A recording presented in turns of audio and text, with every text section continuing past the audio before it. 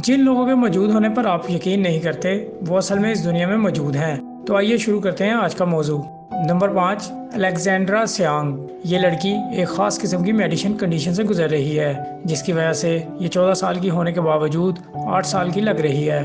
जो लोग अलेक्जेंड्रा को पहली दफ़ा देखते हैं वो इससे इसकी उम्र पूछे बिना नहीं रह पाते, क्योंकि इस लड़की का चेहरा 8 साल की बच्ची जितना लगता है और इसका जिस्म 20 साल की लड़की जितना। आजकल अलेक्जेंड्रा अपनी जिसामत की वजह से इंटरनेट सेंसेशन बनी हुई है। नंबर 4, ज्योति आमजी। भारत के शहर नागपुर में पैदा होने वाली ज्योति आमजी देखने में एक छोटी बच्ची लगती है, लेकिन असल में ये एक औरत है। जी हाँ, 1993 में पैदा होने वाली ज्योति इस साल के आखिर में 27 साल की हो जाएगी। ज्योति का कद 62.8 सेंटीमीटर लंबा है। और अब आप ये सोच रहे होंगे कि इतनी छोटी कैसे है।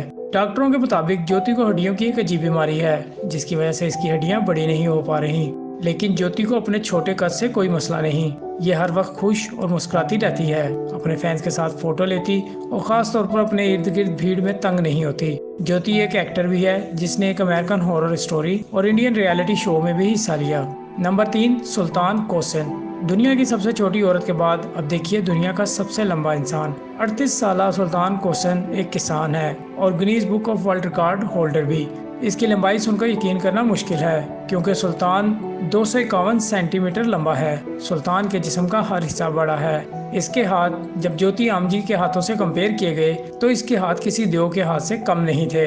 सुल्तान की गैर मामूली हाइट की वजह इसके दिमाग में मौजूद एक ट्यूमर है। सुल्तान किसी भी गाड़ी में पूरा नहीं आता और दिमाग में ट्यूमर की वजह से इसको चलने फिरने के लिए बैसाखियों का इस्तेमाल करना पड़ता है। लेकिन इसके कुछ फायदे जरूर हैं। माजी में डॉक्टर फिक्रमंद थे जब सुल्तान का कद बड़ा होता चला जा रहा था, लेकिन 2012 में डॉक्टर्स इसके कद को रोकने में कामयाब हो गए। अब सुल्तान तकरीबन एक आम जिंदगी गुजारता है और इसने अब शादी भी कर ली है। Number 2, Asia Acosta. हमारी लिस्ट का अगला हीरो जब 1999 में पैदा हुआ तो डॉक्टर्स ने बोला ये जिंदा नहीं बच सकता। जब एजिया नॉर्मल हो गया तो डॉक्टर ने बोला बच तो गया है पर सारी जिंदगी चल नहीं सकेगा। लेकिन एजिया ने यहाँ भी डॉक्टर्स को झूठा साबित कर दिया। आप देख सकते हैं कि ये बिल्कुल नॉर्मल चल रहा है। सिर्फ डॉक्टर्स की एक बात सच्ची साबित हुई कि ये बोल नहीं सकेगा, क्योंकि पैदाइशी तौर पर इसका जबड़ा ही नहीं। अलबत्ता आप ये जानकर हैरान हो जाएंगे कि एजिया एक रैपर है। बेशक ये कोई आवाज़ नहीं निकाल सकता, मगर इसको बचपन से ही गाने लिखने का शौक था, लिहाजा वो अपने फारिग वक्त में सॉन्ग्स और पोइम्स लिखा करता था और यही उसका मशगला था।